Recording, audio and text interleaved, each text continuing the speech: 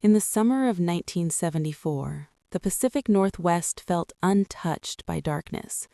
The air in Seattle carried the scent of salt water and pine.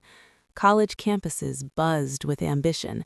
Students lay on the grass between classes, guitars strumming, future plans stretching endlessly ahead of them. It was an era of optimism, of trust, and that trust would become a weapon. At first, no one noticed the pattern. A young woman missed dinner plans, a roommate assumed she had stayed out late, a boyfriend thought she needed space, parents waited for a phone call that never came. Then another vanished. Then another. Police treated each case separately. Different neighborhoods, different times, no clear connection. But in the wooded areas outside the city, hikers began stumbling upon something horrifying. Skeletal remains, carefully placed, hidden but not buried. Detectives quietly began to fear the unthinkable. This was not random. This was organized. Witnesses slowly came forward with unsettlingly similar stories. A handsome young man approached them in crowded areas, libraries, beaches, university grounds. His arm was in a sling. He asked for help carrying books to his car. He seemed educated, polite, harmless. He introduced himself simply as Ted. That man was Ted Bundy. But in 1974, that name meant nothing. Bundy blended into the world with terrifying ease. He studied psychology at the University of Washington. He volunteered on political campaigns. He worked at a crisis hotline, calmly helping strangers through moments of despair. Those who knew him described him as intelligent, driven, even compassionate. No one saw the fracture beneath the surface. Investigators began comparing notes. The victims were young women, mostly college students, long hair, parted in the middle, similar appearances. It was too precise to ignore, and yet they had no suspect. Meanwhile, Bundy refined his method. He understood human psychology, the instinct to help someone who appears injured, the hesitation to accuse someone who looks respectable. He exploited empathy like a master manipulator. At Lake Sammamish State Park on a bright July afternoon, he grew bold. The beach was crowded, families picnicked, children ran through sprinklers, sunlight sparkled off the water. Bundy approached multiple women that day. Witnesses later recalled how ordinary he seemed, slightly awkward, soft-spoken, asking for help loading a sailboat onto his car. Some refused, others agreed. 2 of those women were never seen alive again. For investigators, Lake Sammamish changed everything. For the first time, multiple witnesses reported the same name, Ted, the same description, the same tan Volkswagen Beetle. The pieces began to align. Coulice artists sketched his face, flyers circulated, detectives questioned thousands of people. And still, Bundy continued. The woods outside Seattle became silent graveyards. He revisited crime scenes. He relived the acts in his mind. He felt untouchable. Because in many ways, he was. Forensic science in the 1970s lacked the tools investigators rely on today. No DNA databases, no digital tracking. Cases depended heavily on eyewitness accounts and physical evidence, and Bundy left very little behind. What made him even more dangerous was his patience. He did not panic. He did not rush. He adapted.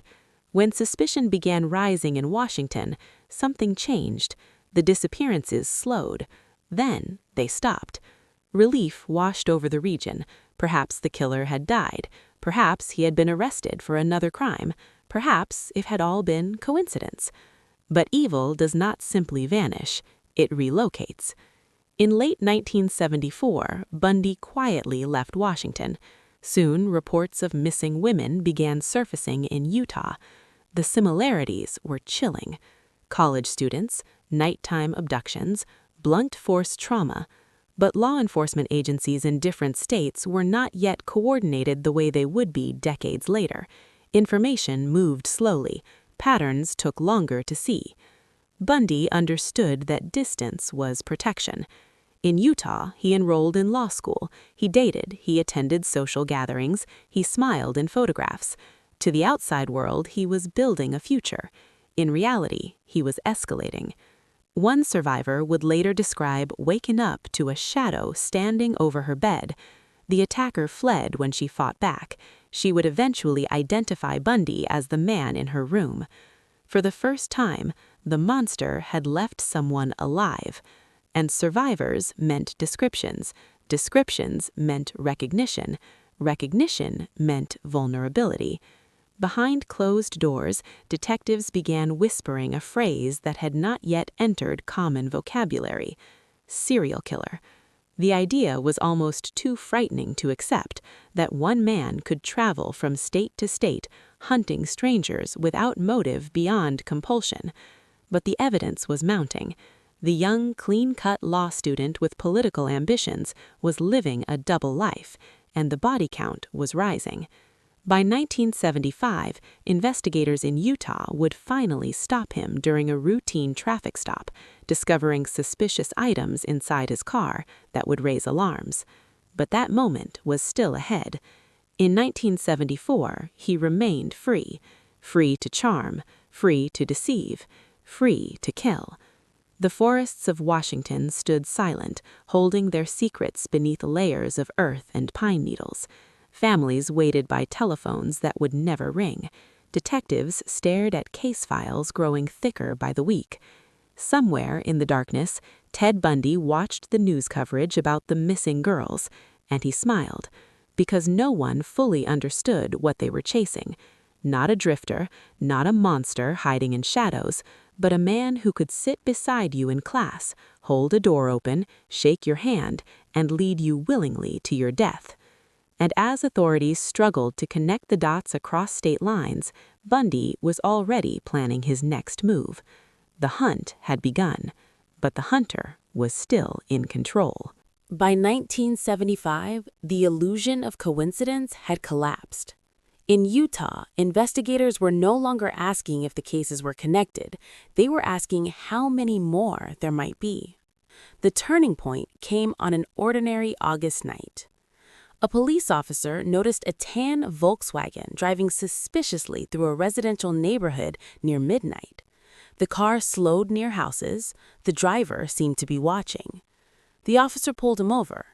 Behind the wheel sat Ted Bundy, calm, polite, composed. Inside the vehicle, officers found a disturbing collection: a ski mask, handcuffs, rope, an ice pick, gloves. Tools that had no innocent explanation when assembled together in the dark. Bundy was arrested on suspicion of burglary. At first, it seemed minor, a small break in a growing storm. But detectives felt it in their gut. This was bigger. When witnesses were brought in, several identified him as the man who had approached them before their attacks. Survivors pointed at him in lineups with shaking hands. Still, Bundy remained eerily confident. He believed in his own intellect. He believed he could outmaneuver the system. And for a while, it looked like he might. As investigators dug deeper, they uncovered connections between Bundy and multiple disappearances. Physical evidence began linking him to murder scenes. Bite mark impressions on a victim would later become a crucial piece of testimony, an early example of forensic dentistry used in court. But Bundy refused to crumble. Instead, he chose spectacle. Transferred to Colorado to face murder charges, Bundy shocked everyone by insisting on representing himself in court. It was a calculated move. As his own attorney, he would not be required to wear handcuffs in the courtroom. He would have access to legal libraries. He would have opportunities. And he would have an audience. The trial moved to the mountain town of Aspen. The setting felt almost surreal: snow-capped peaks, quiet streets, tourists strolling past boutiques. And inside the courthouse, one of America's most dangerous men stood smiling at jurors. Bundy questioned witnesses with controlled politeness. He objected strategically. He projected intelligence and poise. Some spectators were mesmerized. How could someone so articulate be a predator? The media amplified his image, cameras lingered on his clean-cut appearance, headlines debated his guilt, letters from admirers began arriving at the jail. It was a dangerous illusion. Behind the charm was calculation. Bundy spent hours studying the courthouse layout. He memorized guard routines. He evaluated windows. Then, on June 7, 1977, during a recess, Bundy made his move. Left briefly alone in a law library on the second floor, he opened a window. Without hesitation, he jumped. He crashed onto the pavement below, injuring his ankle, but adrenaline overpowered pain. Within seconds, he was running. The accused serial killer vanished into the Colorado mountains. The news spread like wildfire. An escaped murderer was loose. Search teams flooded the area. Helicopters scanned forests. Roadblocks appeared on highways. Residents locked their doors in disbelief. For 6 days, Bundy survived in the wilderness, stealing food from cabins, hiding in the trees. He lost weight. He grew desperate. Eventually, cold and exhausted, he was captured and returned to jail. Authorities tightened security. They would not make the same mistake twice. But they underestimated one thing: Bundy's patience. Back in custody, he began a quiet transformation. He skipped meals intentionally. He lost nearly 35 pounds. His frame grew slimmer, allowing him to exploit a structural weakness in his cell. Above his bed was a small opening in the ceiling, a light fixture leading to the crawl space. Night after night, Bundy chipped away at the surrounding plaster using a makeshift tool.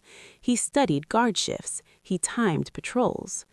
Then, on June 7, 1977, during a recess, Bundy made his move. Left briefly alone in a law library on the second floor, he opened a window.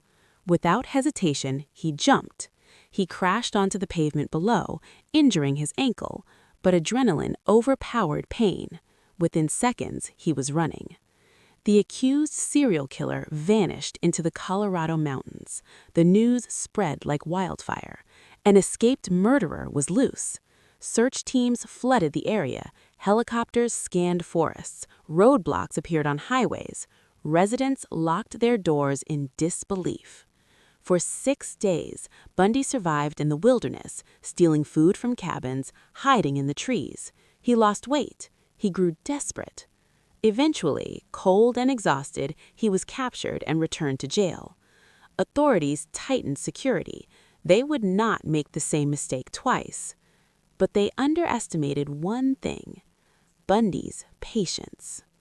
Back in custody, he began a quiet transformation. He skipped meals intentionally. He lost nearly 35 pounds. His frame grew slimmer, allowing him to exploit a structural weakness in his cell. Above his bed was a small opening in the ceiling, a light fixture leading to the crawl space. Night after night, Bundy chipped away at the surrounding plaster using a makeshift tool. He studied guard shifts. He timed patrols. Then, on June 7, 1977, during a recess, Bundy made his move. Left briefly alone in a law library on the second floor, he opened a window. Without hesitation, he jumped. He crashed onto the pavement below, injuring his ankle, but adrenaline overpowered pain. Within seconds, he was running. The accused serial killer vanished into the Colorado mountains. The news spread like wildfire.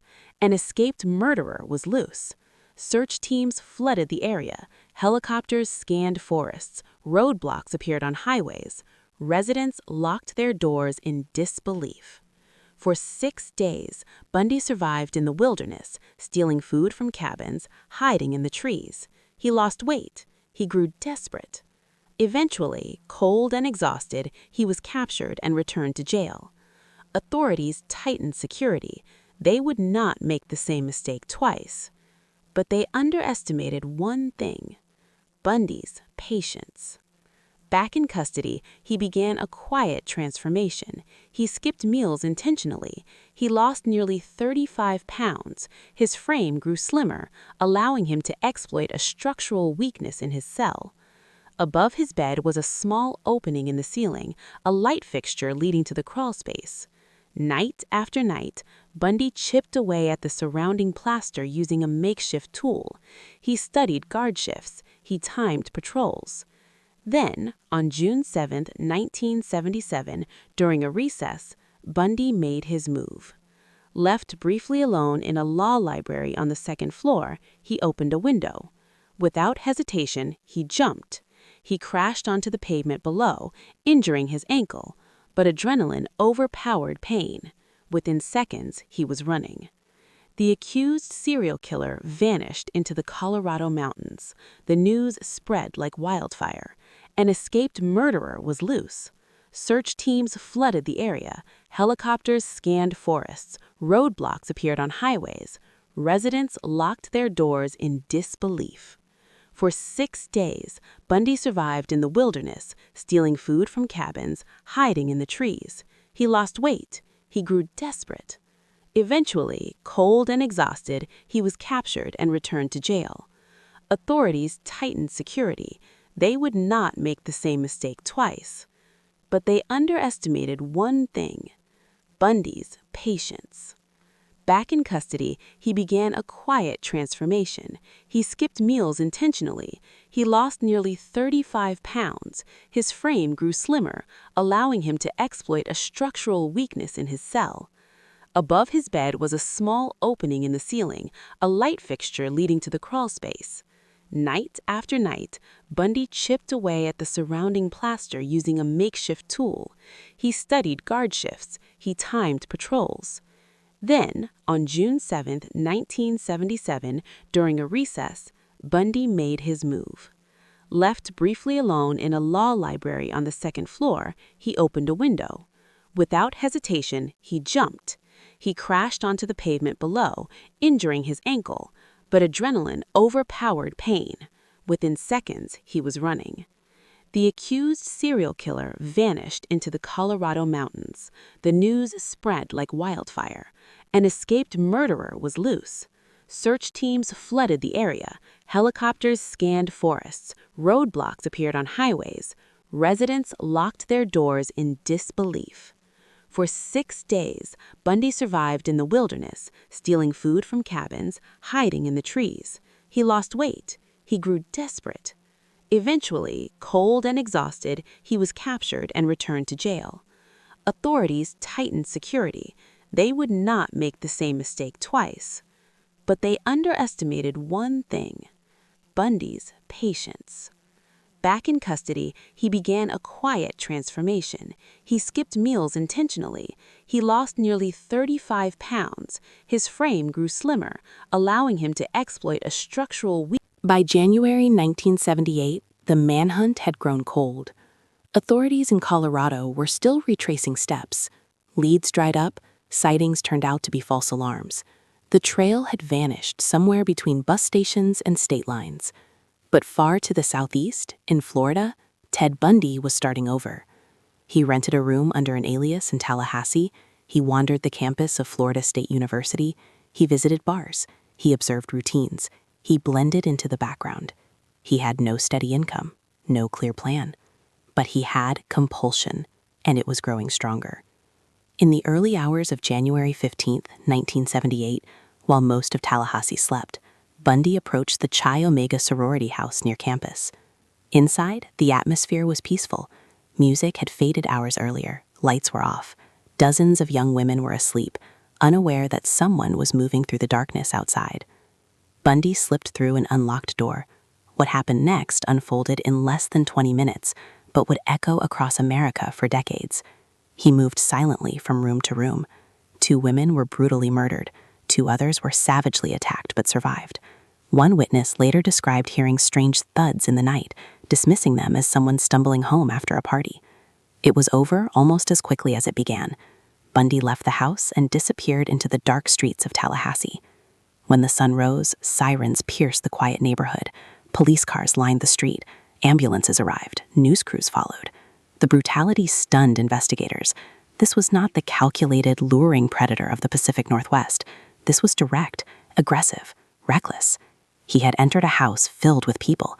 He had attacked multiple victims in one place. The escalation was undeniable. But he wasn't finished. Just blocks away, he broke into another residence that same night, attacking a young woman who survived and later provided crucial testimony. Fear spread rapidly across campus. Parents flooded phone lines. Students demanded increased patrols. The entire community felt exposed. And still, no one knew he was there. Across the country, authorities began connecting dots. An escaped murderer from Colorado, a string of attacks in Florida, similar descriptions. But communication between states was slow. Databases were primitive. Coordination lagged behind urgency. Bundy continued moving through Tallahassee as if invisible. Weeks later, on February 9th, he struck again. This time, his victim was 12-year-old Kimberly Leach, abducted from her middle school in Lake City, Florida. The crime shattered any remaining illusion of pattern. This was no longer confined to college campuses. It was random. It was terrifying. The FBI intensified its involvement. Roadblocks appeared along highways. His composite sketch circulated widely. Citizens were urged to remain vigilant.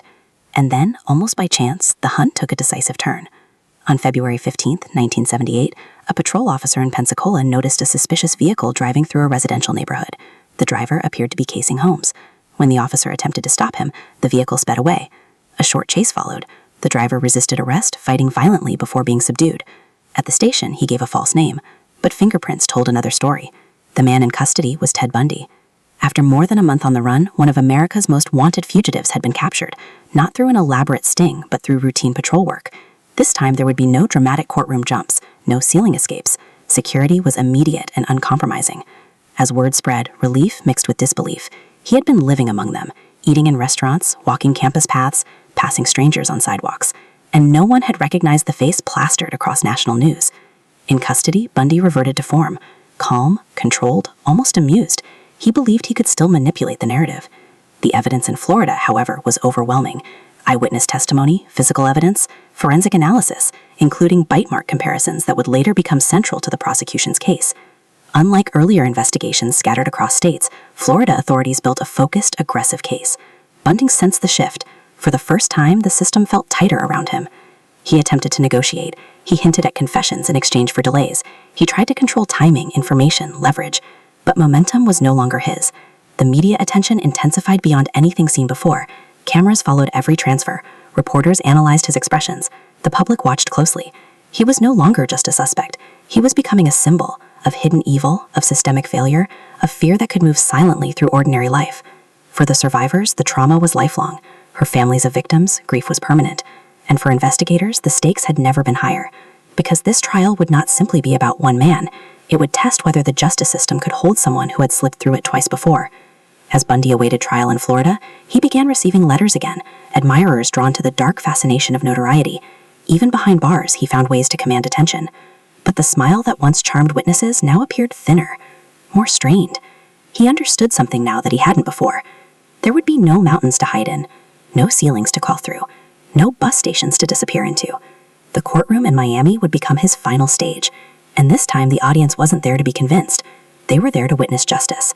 As prosecutors prepared their case, assembling evidence piece by piece, Bundy sat in his cell, studying law books, sketching strategies, rehearsing charm. But outside those walls, something had changed in America. The country was no longer naive. The mask had slipped. The charming stranger with the injured arm was gone. In his place stood one of the most notorious serial killers in modern history. And soon, under bright courtroom lights, the performance would end. By the summer of 1979, America wasn't just watching a trial. It was watching history. Inside a packed courtroom in Miami, cameras were positioned carefully. Wires snaked across floors, reporters filled every available seat. For many Americans, this would be their first time witnessing a murder trial broadcast on national television. At the center of it all sat Ted Bundy, clean-shaven, dressed in a suit, flipping through legal papers as if preparing for a business meeting. He had always believed the courtroom was his arena. Now it would decide his fate. The performance begins. Bundy once again insisted on participating heavily in his own defense.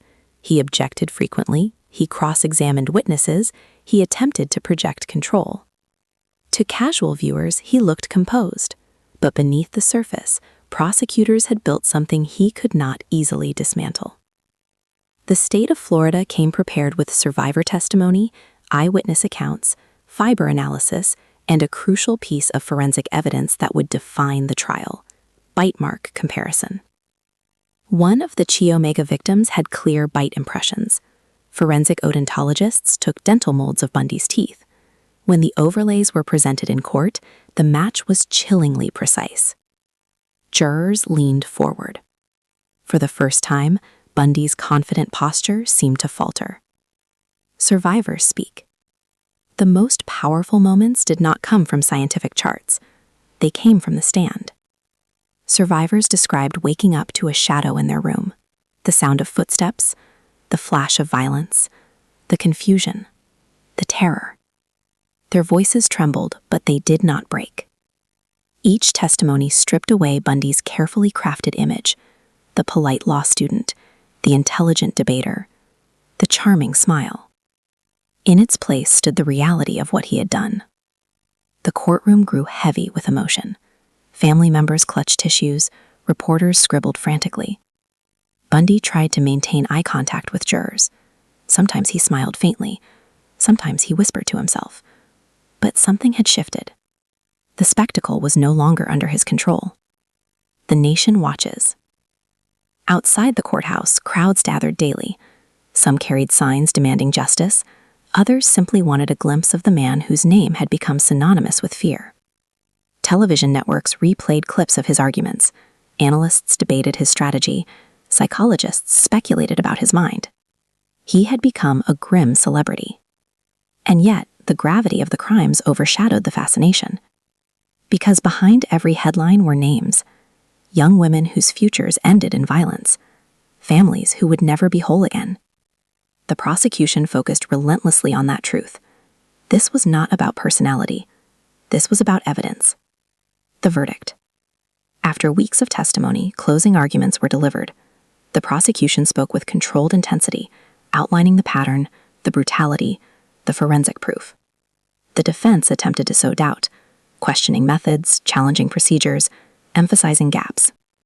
Then the jury retired to deliberate. The nation waited. Hours later, the juries returned. The courtroom stood. The foreman read the verdict: guilty, on all major counts. A collective breath left the room. Bundy showed little reaction at first. He adjusted his tie, he nodded slightly. But the performance was over. The sentence. In a chilling moment broadcast live, the judge delivered the sentence: death by electric chair. Bundy listened without visible emotion. He was transferred to death row at Florida State Prison. There, inside a stark concrete cell, the man who once moved freely across states would spend nearly a decade awaiting execution. The final years. On death row, Bundy changed tactics. He began granting interviews. He confessed to additional murders, some verified, others suspected. He hinted at even more victims across Washington, Utah, Colorado, and Florida. The true number may never be known. In conversations with investigators, he analyzed his own psychology. He discussed violent fantasies. He described escalation. Some believed he was seeking attention. Others believed he was finally confronting reality. But time was no longer his ally. Appeals failed. Dates were set and postponed. Then finally, January 24, 1989 arrived. The end of the hunt. Before dawn, guards escorted Bundy to the execution chamber. Outside Florida State Prison, crowds gathered in the darkness. Some held candles, others cheered openly when news spread that the execution had been carried out. It was a surreal scene, part vigil, part celebration. At 7:16 a.m., the execution was completed. The manhunt that had once stretched across America was finally over. The aftermath. But endings in stories like this are never simple. Bundy's crimes forced law enforcement agencies to improve communication across state lines. They accelerated advancements in criminal profiling and forensic science. The case reshaped how media covered violent crime. It exposed the unsettling truth that evil could hide behind charm, education, and social status. For survivors and victims' families, justice brought closure, but not healing. Because some wounds do not disappear. They become part of history. A legacy of warning. The story of Ted Bundy remains one of the most chilling chapters in American criminal history, not only because of the brutality, but because of the deception. He did not look like a monster. He looked like someone you might trust. And that is what made the hunt so terrifying. In the end, the courtroom lights dimmed, the headlines faded, the crowds dispersed. But the lessons remained. Trust, once broken, is difficult to restore. And sometimes the most dangerous predator is the one who knows exactly how to make you feel safe. The hunt for Ted Bundy was not just the pursuit of a killer. It was the moment America realized that evil doesn't always announce itself. Sometimes it introduces itself politely, and by the time you recognize it, it's already too late.